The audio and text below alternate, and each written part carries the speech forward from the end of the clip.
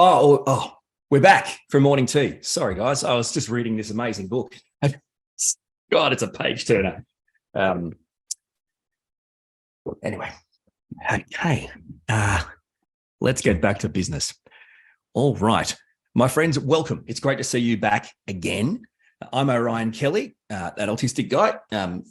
And we're here for what I think is going to be one of the best panels you're going to have for the 2 days, because this is an employee panel. Okay, so insights from employees, and it's sponsored by our friends at SunPork. Thank you, SunPork, for sponsoring this particular session. It's going to be one hell of a session, I reckon. Employing people with autism, well, that's the goal, right? And this panel is regularly one of the most popular sessions because, well, obviously we hear directly from autistic people on their specific and personal experiences with employment. So I reckon we should get this ball rolling. And what we're going to do, before we ask any questions, let's just one by one, softly, gently, no pressure, no stress. I'm going to get all our panelists one by one to introduce themselves, tell us a bit about the job they do, and maybe a few words on what that involves. Okay, so really a way of quickly getting to know our panelists. Okay, let's start with Luke. Luke, would you mind introducing yourself and your role and what that entails, Luke? Hey, my name's Luke, and I'm a cybersecurity analyst at the Department of Treasury in Canberra. So my job is basically to make sure that everything that enters our network is safe, and to help users with blocked emails and applications, and ensure that everyone has proper authorization when using our systems. Fantastic. Thank you, Luke. And welcome, my friend. Thank you for being here today. We're going to get to Nicole now. Nicole, could you introduce yourself? Tell us a bit about you. G'day, I'm Nicole. I work for NAB. And at the moment I'm a fraud tech analyst. And at the moment I'm focusing on updates to our system that checks the biometric data of a customer who's filling out online application forms. And I'm also working on the communication system that sends SMS alerts to customers if there's fraud detection on their account. So yeah, that's me. So relatively quiet for you then. Fantastic. Well done, Nicole.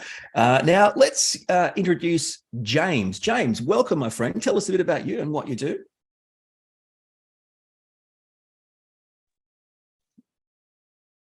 Hello, my name's James. I work for DXE Technologies. My position is a trainee Wintel engineer. Pretty much that concerns with patching servers and maintaining them. So pretty much making sure that they have all their needed security updates and other updates that they need. And obviously there's also a lot of troubleshooting in that job as well. So yeah, that's pretty much it.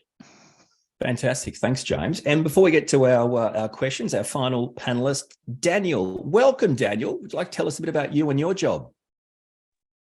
Hey, my name's Daniel Slavin. I'm a piggery attendant with SunPork Farms in rural Queensland. It mostly involves looking after the animals, like feeding them, medicating them, moving them around, and just making sure that they live the best lives possible.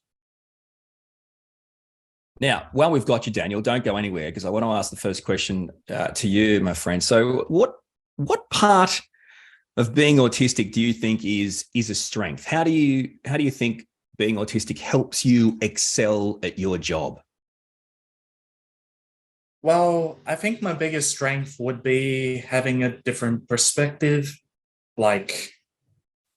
and it kind of helps me excel at my job, having, it's a tough one, but no, just looking at things differently. Like if there's something wrong with the cell or the piglets, I would note it down, or yeah, and just sorry, just a bit shy. No, you're doing a great job. I mean, when you talk about perspective, That's important. You know, you look at it, you look at your role differently to other people, right? Yeah, I look at it a little differently, like, and it kind of comes in every day at work, like at different tasks, and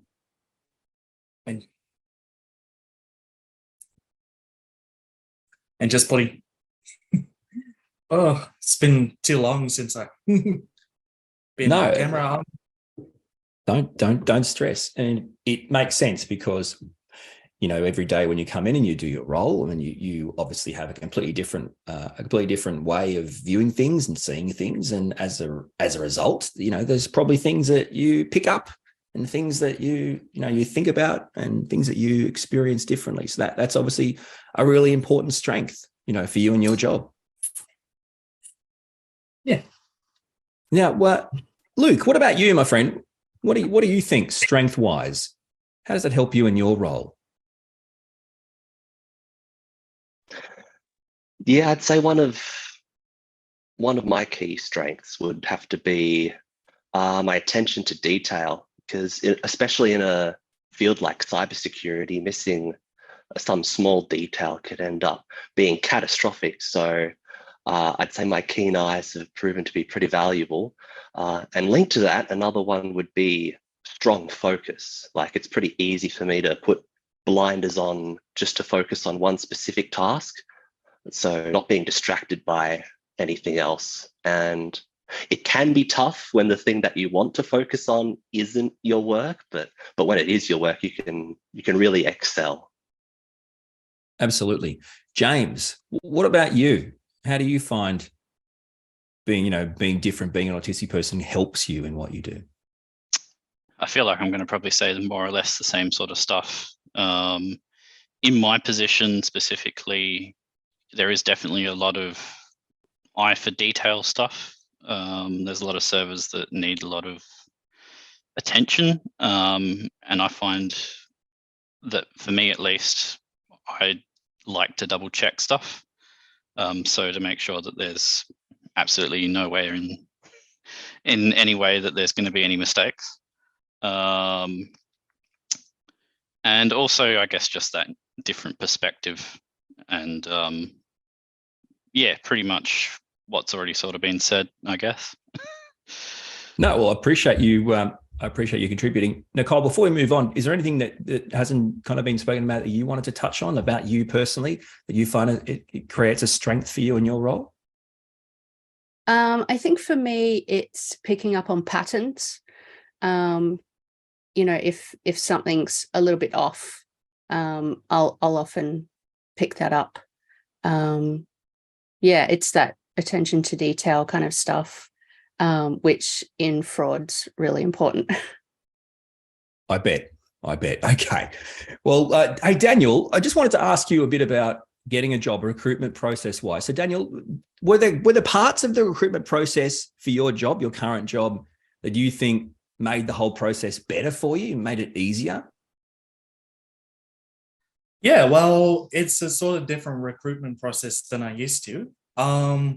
Like, it's more hands-on, and like, to start off with, they did a little workshop where they introduced all the equipment, all the pictures of the piggery before we actually go into it. So, as well as introducing to other candidates, as well as people who work at the piggery. And then the day after, we go into the piggery, go to different sites, and they get us to do different tasks, like only if we're comfortable with it. Like, so for example, I did artificial insemination, like during the first day of workshop, and then for a couple of weeks, they put us in a traineeship, like for a few days per week. So where we would try different roles and get used to working with the pigs, as well as getting used to the environment, the smells, the noise, and everything. And they would ask us questions and stuff like that. Like, there wasn't any traditional interviews and such, like you would find with many other companies. So I think that's what makes it really stand out. And on the side, they would give us booklets and pamphlets on information, not just on the piggery, but the town as well, like where we would settle once we get the position. So I think that's what really makes it stand out to me. Absolutely. Well, it sounds like you talk about your previous experiences and how different this particular experience was, and you talked about things like job interviews and those types of things, which makes me think, Daniel, for employers that are watching, that are thinking about recruiting people who are autistic, neurodivergent people. Is that the kind of advice? Is that the kind of advice you want to give them, to think about the things that they do just because that's how they've always done it, with interviews and different different ways they employ people? Is that the kind of advice you would give to people about thinking about employing autistic people? Look at how you recruit, that process. Yeah, I would recommend doing that sort of similar program when recruiting people on the spectrum. You just gotta make sure the recruits feel supported and comfortable and feel welcome, as well as helping them get used to the environment and different noises, because it'll be their first time like being in that sort of position. And I think that's how I would give advice to them. Yeah, absolutely, 100%.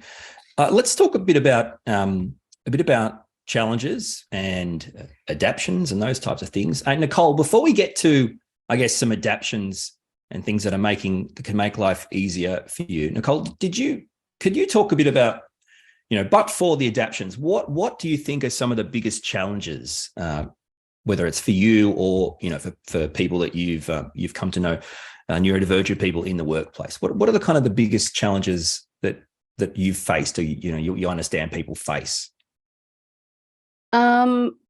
Thinking about things that I've done in the past, I have a very sensitive sense of smell, and there are certain jobs that I've had in the past where that's been not a big issue, but something that I think has worn me down over the day, kind of thing. So, you're there first thing in the morning and you're like, okay, there's the familiar smell again. And but then over the day, it becomes something that is distracting and that kind of thing, and wears away at you. I think also, so for me, I have transition anxiety. So going from one place to another is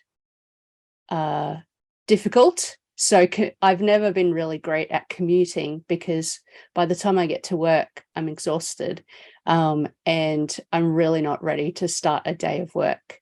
So that's been a problem for me.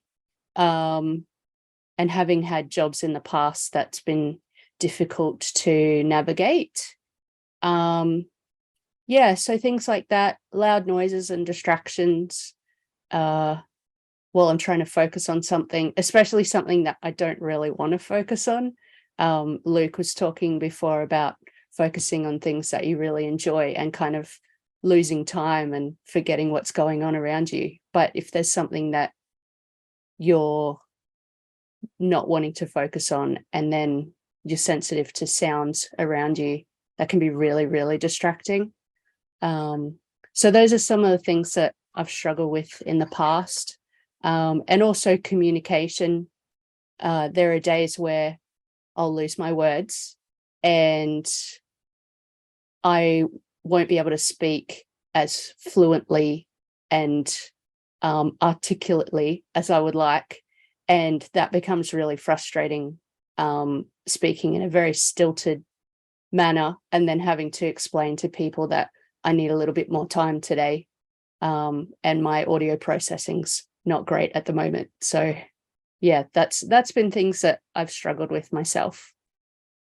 Yeah, and you know what? That's some really important, powerful information, and I mean that from the point of view of people can fall into the trap of looking at an autistic person as a particular static point on a spectrum, right? And not to mention they think it's linear. But the point is that autistic people, we all have daily support needs, and rather than functioning high, low, medium, whatever, I class them it's fluid. Some days your support needs are higher than others. And what that means is, because they're fluid, you can present differently in a workplace in the outside world differently every day, and little things throughout the day can even change how you present. And I think it's important to realize how these start to add up. So transitioning, clearly, like we've talked about, transitioning is an issue for all autistic people. If you have an autistic kid, you know that just to get them to do one thing to the next, and you've got to get up in the morning. There's all these transitions. You've got to get to work, and then of course you get to work, and like Luke was saying, you want to focus on something, but then there's a pop-up meeting. How good are pop-up meetings? Or then there's 100 meetings in the day and no time to do anything but meet. And then there's social interactions. Every time you walk past someone to go to the toilet, you've got to have this kind of bizarre small talk interaction again. And then you have other things that you actually are responsible for doing that are being interrupted by other people's demands. And then these things add up, and these are where it can get really complicated. And James, I'm not entirely sure if you have any experiences to share from the past or the future. I presumably it's hard where you're working at the moment. If you're remotely or at home, it's presumably there'd be challenges. They'd be different. Did you have anything to share with your own kind of history of challenges in the workplace?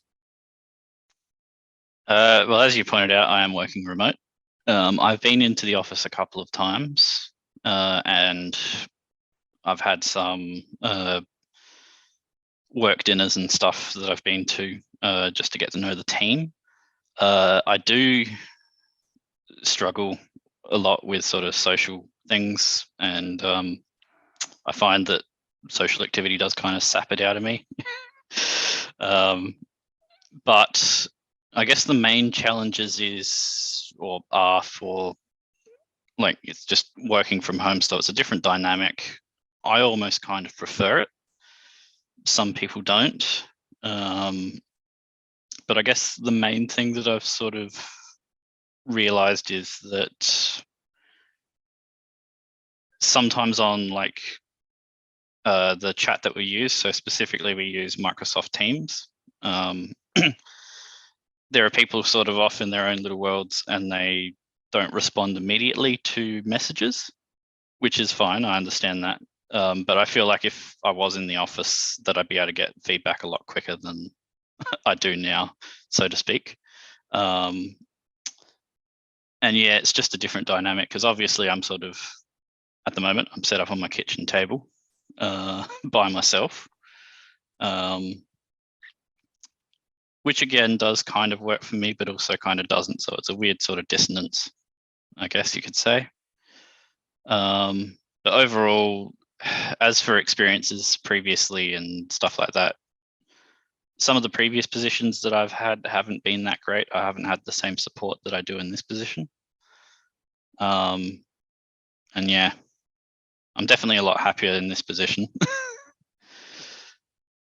Well, everything you've just shared there is really helpful, and I wanted to stop for a second to point out a few things to those watching. So we have and I'm going to get to a different point in a second about how it shows how different everyone is. Okay, but for starters, let's talk about socializing. Okay, so social gatherings or social interactions in the workplace. Now, for the majority of neurotypical people, it's not only part of work, but potentially it's the best part of work. Okay, and I'm not talking on behalf of anyone else on the panel. I'm just talking on behalf of me. It's the worst part of work. I hate the idea of it, let alone doing it. And it doesn't come from a malicious place. It actually comes from like my brain doesn't even understand why I need to say hey to Jim every time I go to the toilet. It's like, we've already said hey, right? I'm going past him again. Do I have to do it again? G'day, Jim. You're going to make it off the toilet again. Yeah, too much coffee. But it doesn't make a lot of sense. And so here's my key point to people watching. This is really simple. Create for the neurodivergent people in your company, your organization, create an opt-in policy. Because from my point of view, social gatherings, whether it's team building exercises, whether you stop working and go play 10-pin bowling for 2 hours, like who is that helping? You opt in. Okay, so it's Orion. On Friday, the team are going to have lunch and 10-pin bowling as a team building thing. You can keep working or you can come. It's an opt-in thing. It's up to you. I'm just letting you know with plenty of notice, a good couple of weeks in advance, rather than an email on Thursday saying, hey, pizza and drinks at the 10-pin bowling center on Friday and everyone's going to love it. And these are the kind of things that are really helpful. So this kind of opt-in policy and this providing notice of these social interactions, I think, is a really important point for employers to understand based on what James just said. Now, Luke, this is interesting, right? Because we've got Nicole and James working remotely, okay, and saying this is in general terms a much better fit for them. And from your point of view, talk us through the environment you work in. And from my understanding from talking to you prior, you work in person or on site, and it's not something that you particularly struggle with or find that. In fact, you probably are quite happy with it. So it's a different experience for those watching. Tell us a bit about your experience, where you work, how you work, and how you find it. Yeah. Working in an office really suits me well personally. And a lot of the work, a lot of the interaction is just there's a lot of asking questions, because there's so much knowledge that only a few people there know. So almost every time we do something, there's always someone that needs to ask a question to someone else to show them how to do something. So it's a very collaborative environment, which, it's not something I'm used to, but it's something that I still really appreciate. But it's nice. But even though I'm in the office most of the days, there are still days where I will work from home. And those days can be a bit tougher to get work done, I'd find. So that's a challenge that I can have sometimes. It is nice to not have to drive into the office and pay for parking, and you do things more at your own pace. But it does feel like you get less done, and then you have less support on those days. But another challenge that I have is just simply asking for help sometimes, because a lot of the people around me, they always look so busy. And they're all sometimes calling other people, and it's like it's hard to feel like that it's all right for me to flag them down and ask them for a moment to help me out with something. But they've assured me if I need help, just reach out to them, and I need to trust them on that I can do that I can tap into them whenever I need to. And Luke, I want to ask you this follow-up, because obviously you are, well, and Daniel is too, but you're on site. Any adaptions? I mean, any workplace adjustments or adaptions or things that you've asked for or they've provided or that have popped up that have been useful or helpful? I'm sure if there were things that I needed in order to work, then they would be able to accommodate that for me. But I haven't really needed them yet. And for me, I'd say it's important for me to be treated the same way as everyone else here. Like, even though I know I think and work differently to other people, I still want to be seen the same way as everyone else. And that's deep, man. That's deep. When people watching this, they have to understand, you can live a life when you're different, you're totally different, and you can live a life where you don't feel like you're part of everyone else, or you don't feel like you're accepted or part of the team, and that's, you just want that. And people might, but the thing is, Luke, people watching might go, but hang on, Luke, that doesn't make any sense. So are you saying you do want employers to do what they should do and help and be inclusive for autistic people, or you're saying you don't and you just want to be treated like everyone else? Do you see how that can be confusing to them? I can definitely understand that. I think the key thing is to just always be asking them if they need help. Great point. Yeah, because if sometimes I will need something and then I will just not pipe up until I am asked if I need something. So it is important that they ask if I need something, but a lot of the time when they do ask, I don't need anything. I'm traveling just fine, but it is still important and valuable to me that they do ask. Great point, Luke. That's a great point. Ask. Nicole, is it fair to say that the greatest adaptation in your working life has been working remotely or working from home? Can you talk about, that adaptation, or the adaptations that have actually helped you thrive in employment? Yeah, working from home has been a game changer for me. I think with transition anxiety, the transition from getting ready for work and being at work is significantly smaller. So yeah, that's been something amazing. So I work entirely remotely from Brisbane, and the rest of my team is based in Melbourne. And we have a few members in India and the Philippines. So it's kind of cool to be able to be part of a team in that way. But as James was saying, sometimes can be difficult, especially because the only way that I meet with my team is on Zoom. And so one of the adaptations that sometimes I ask for is if people can use their video. So when I'm having a poor audio processing day, it helps to be able to read people's lips when they speak, especially with some of our team who have particular accents as well. So being able to see someone when they speak is sometimes important.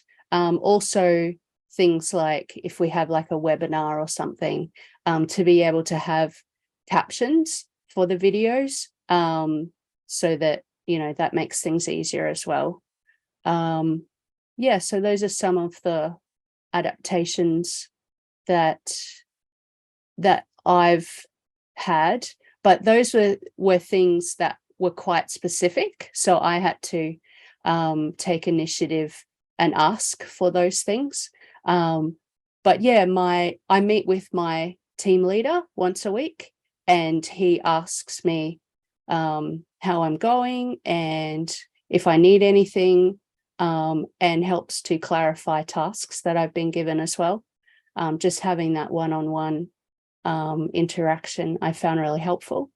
To be able to ask in a one-on-one setting is important, to not, as Luke said, to be able to be treated the same as everyone else. So it's not ever in a group setting that someone will, that he will ask if I need any help. So yeah, that's been good. Some of the adaptations for me, I think. Yeah. And that builds on, like I say, what Luke was saying, which is the key cultural shift of always asking, always inquiring, always thinking. And I don't want to get into like a business lecture here, but this is the 4 seasons philosophy. This is why they are, and why employees want to work there and not other places, because it is ingrained in their culture. If you pass another member of the team, you ask them how they are, how they're going. Well, can they help them with anything? And that's just part of the culture, and that's why they are where they are. Now, hey, James, you obviously work remotely, but you've just heard from two people, one in an office, one remotely. From your past experiences and your current experiences, even right now, what are the adjustments, the adaptations, the things that you've had or have that help you in your role or help you do your job to the best of your ability?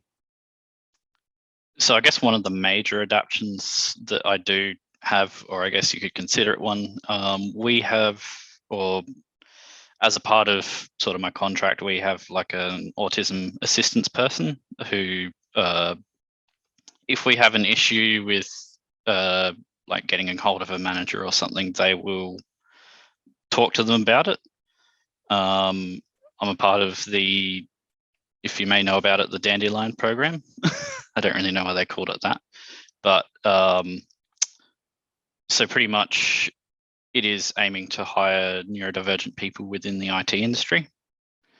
I guess another relatively small adaptation that I have is constant feedback about whether I did a job well or whether I didn't do it so well, and also constructive criticism around that. As if I don't get told, I'll just keep doing the same thing over and over again, and that may not be good. And of course, I'm aware that I do have a lot more support that I don't really utilize as much because I don't really feel like I need it, but I do know that it's there, and I guess that also kind of makes me feel good that I know that it's there if I need it. Absolutely. Makes total sense. Luke, do you have a mentor, or do you have like someone who supports you in your role, someone who's there as a specific mentor or support person? Yeah. So my mentor, Finn, he's been invaluable during my time here. He's also an analyst here at Treasury. So not only does he guide me through the tasks that I need to do and introduce me to the people in the branch that I ought to know, he also informs me of the culture here at Treasury, pointing out the nuances of the workplace, which are things that would take me a long time to figure out by myself. And also, as I forge my career path, I don't doubt that he'll help me on my way through that. Also as a key reference, because one thing that I've struggled with just getting into this job was not having many professional referees, people that know what I'm capable of doing in a professional setting. But now that Finn sees everything that I do and can vouch for my work, yeah, that's something I've really come to appreciate. Having someone to support you and to believe in you is it just makes such a massive difference. I can hear that in your voice. Nicole, what about you? Mentors, supports? Yeah, so I have worked through Untapped, and they're the ones who've contracted me out to NAB. And I have a autism support coordinator, and his name's Shane, and he's pretty amazing. And we meet together twice a week, and just catch up. He asks me how things are going, if I have any questions or struggles. He sometimes advocates on my behalf with either with Untapped or with NAB. And it's just really good to have someone in my corner who, cares enough to, check out what's going on. And he's become a good friend as well, which has been really good. But at work, my team lead has been really good, and one of my colleagues has been really good as well. And he's good at breaking things down, breaking tasks down into smaller, more understandable bits and pieces, which is really important for me. It's easy to be given, here's the task, and it's like, okay, where do I start with this? What are the steps that I need to take to get there? So yeah, that's been really helpful as well. But having support people, even just as a safety net, like you might not need to utilize the people around you, but if the wheels ever fall off, it's really important to have someone there that you can turn to, or can help you out with that kind of stuff. Absolutely. And I think it's really important for people watching. This is the thing, right? Okay. So, autism comes with the idea of daily support needs, like we've talked about. So you should read that as a pretty easy guide. If there's an autistic person in your life, you may well need to support them or find someone who can be there to support them. Now, that doesn't mean all the same thing. It might mean support them through a job at Treasury, support them through making a meal for themselves. Everyone's different, but it's important to understand no one is not needed. If you're an employer with an autistic neurodivergent employee, you really need to make this just a standard thing. There's a mentor support person in place, and there's someone who can regularly check in and ask them those questions, what they need, how they're going, what they feel like. Daniel, we've got some questions coming through, my friend. Now, look, just so everyone's watching, please put your questions in the Q&A pane and, type them in. There's lots coming through, and I'm going to start it now because I want to give people the chance to get some answers. Hey, Daniel, this one is from people watching. They want to know, is your work with animals fulfilling and relaxing? And do you find it easier to get along with the animals you work with compared to, say, neurotypical people? Yeah, that's a good question. Throughout my life, I've been more comfortable working with animals. Like, ever since my dad worked on the farm, like he worked with dogs and horses. So from a young age, I've been more comfortable like working with animals and such. So when the opportunity came, I decided to take up upon it. And every day it's just been comfortable and kind of therapeutic working with animals, and each animal's different personalities, even with pigs. Like, some can be grumpy, some can be mischievous, like getting out. But no, it's been rewarding and fulfilling just working with animals in general, like different kinds. Like, I've worked with birds, worked like, this is honestly my first full-time job, like working at the Piggery. Before that, I was volunteering with different places. Worked at a little hobby farm. Worked at my high school's animal class department, where I had worked with different animals. So no, in general, it's definitely more comfortable working with animals than people in general, but I can still work in teams and such. So That's great, Daniel. Thank you. And I guess, you make some great points, talking about the idea that the role can actually be kind of therapeutic to you, which I think is fantastic. And also the idea, this actually I wrote this down from the last session on employers.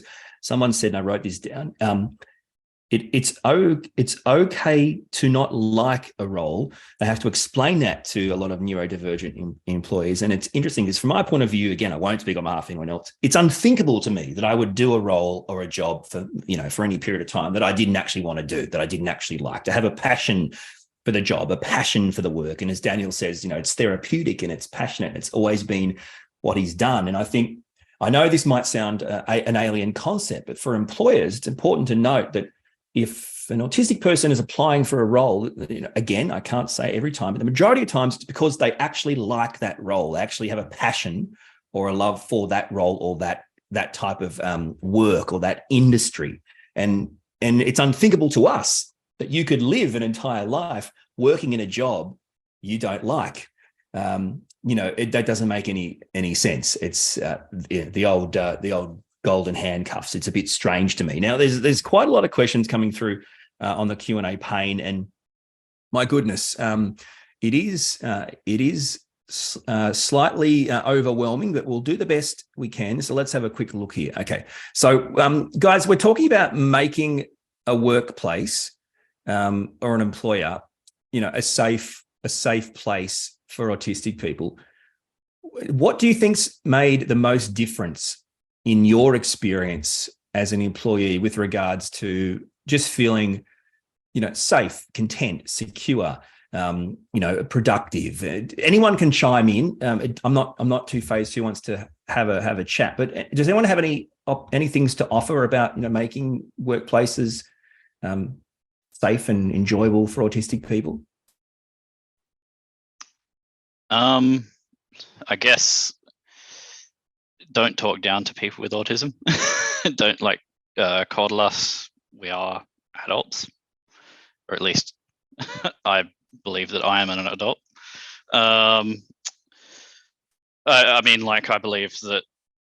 Sorry, I was trying to make a joke, but I don't think that landed. No, it's a good. No, it's a good joke. It's a good joke. It's a good joke. But anyway, so just don't coddle us. We may take a little longer to get certain aspects of certain facets of the job, but we will get there.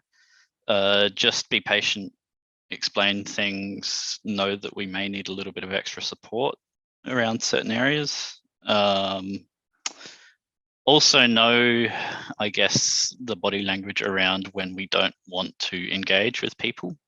Because there are points where... What does that look like? I guess, and this is kind of difficult for me to explain, but if I don't want to talk to someone, I will be very quick and concise with my answers. And I'll usually just try and bow out of any social interaction.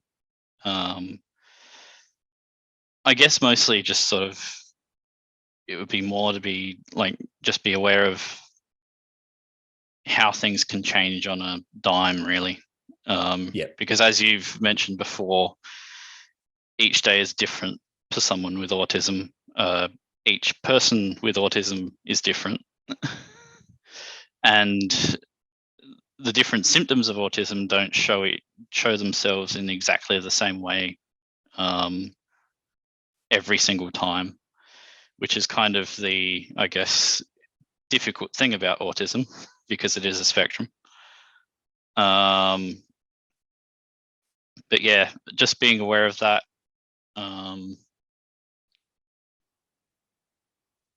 Also, as I mentioned before, with me specifically, being social does sap it out of me a lot.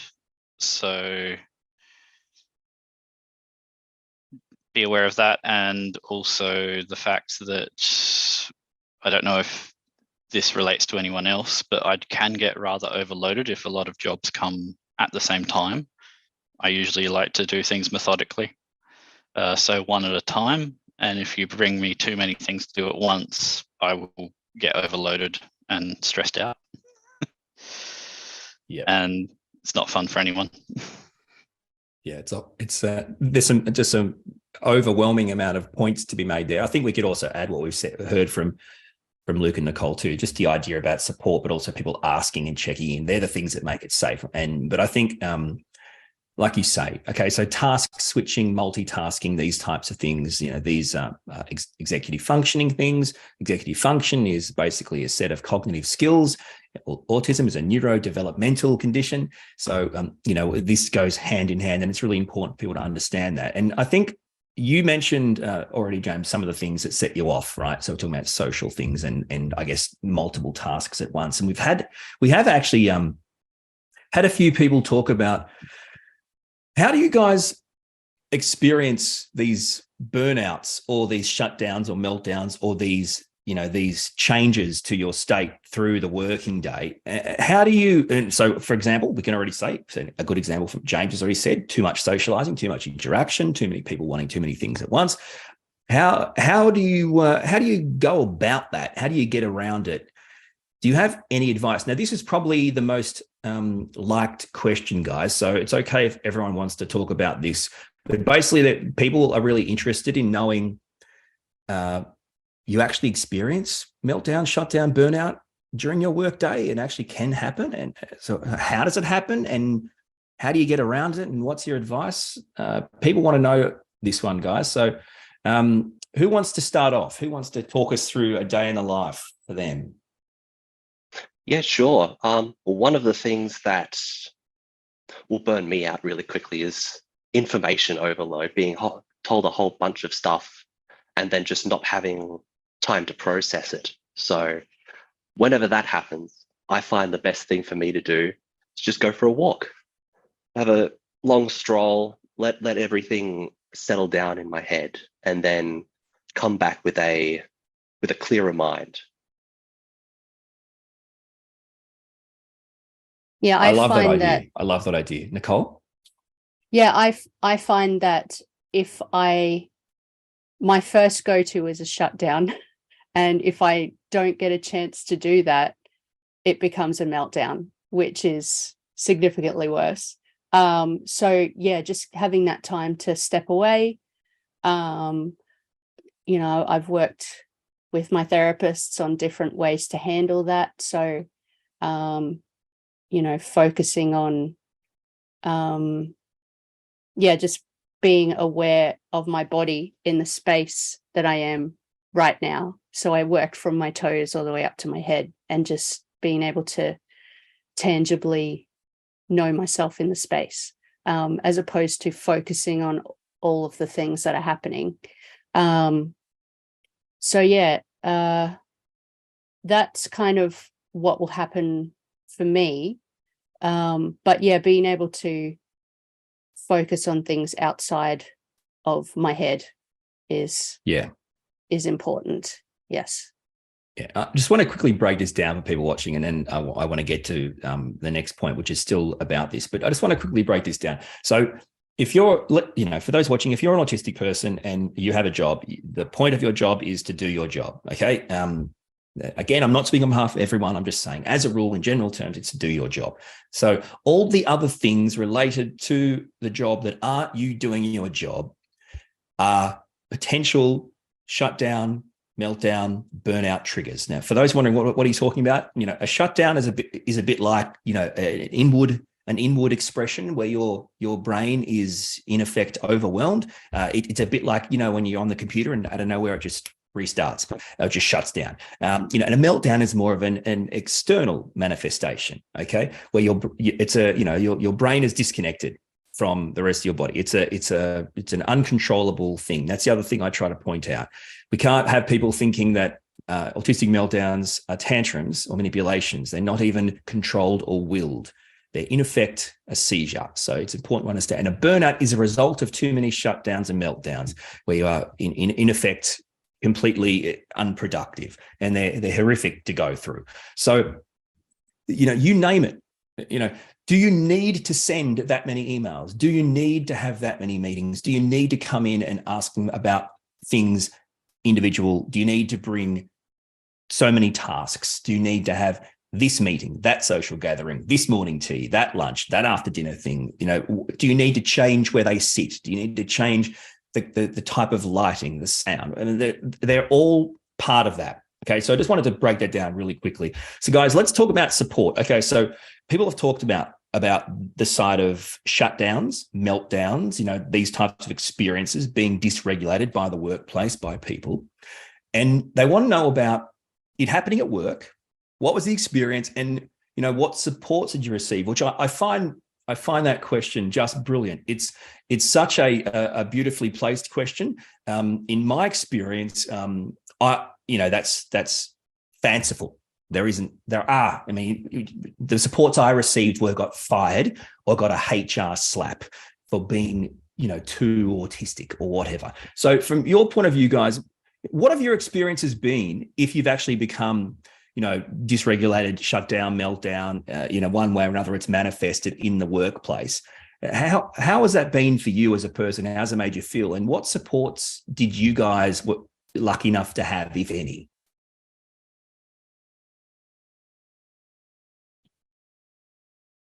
In the past, because I was diagnosed a little bit later in life as a young adult.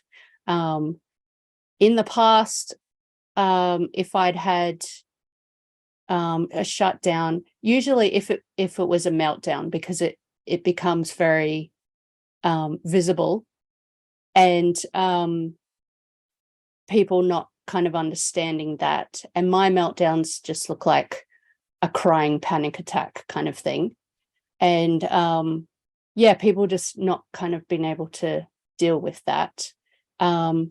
So before my diagnosis, before being able to get support through, knowing what was going on, it was just a mess. It was, meltdowns. And then my last job just became burnout, and I had to step away because, it just wasn't working for me. But now being able to have support, my shutdowns look like my support person going, okay, do you need to take a couple of hours out? Or there was one time where I just took the rest of the day and was able to put myself into a headspace where, just being able to relax and work things out and just step away from the problem. I think having that support is so important. Having seen both sides of the coin. It's without support, it's just I'm not going to swear on here. It's just a mess, really. Yeah. And it's about understanding too, really, isn't it? To understand that it's okay to offer you the opportunity to just go away for an hour or two, or to get out, or in Luke's case, to take a random walk outside. People, it's interesting how things can be looked at in a negative way by people who don't understand. But of course, if you have some sort of understanding and appreciation of why this is happening, then the supports are available and they work, and everyone feels better, rather than somehow you're made to feel guilty for requiring or needing, an escape or some sort of support. Yeah, a lot of autistic people have other medical conditions that go along with it. I have epilepsy as well, and I find if I have a seizure, I get a better response from people in terms of giving support and giving help than if I have a meltdown. So it's interesting in that space that there's not a lot of awareness, I guess, in public about what autism might look like. And because we're all so different, everyone expresses themselves differently. But it's something that it's important to be aware of. Oh, and just a plug, it's Epilepsy Awareness Month. So yes, get in on that. Purple. My son has to wear a touch of purple to school on Friday. You explain to a 9-year-old autistic kid what a touch of purple means. Good luck. Anyway, I just told him you can wear purple undies, mate. You'll be fine. Don't worry about it. But yeah, absolutely. Well done. Now, there's so many more questions coming through before we get through this. So let's work out that. Okay, here we go. For starters, guys, everyone's definitely giving you big thumbs up and saying thank you so much for your conversations. Now, it is becoming a little bit overwhelming to get to all the different questions. What exactly did it take to get into your positions? Someone's saying there, I guess resumes, qualifications, interviews, all these different application service.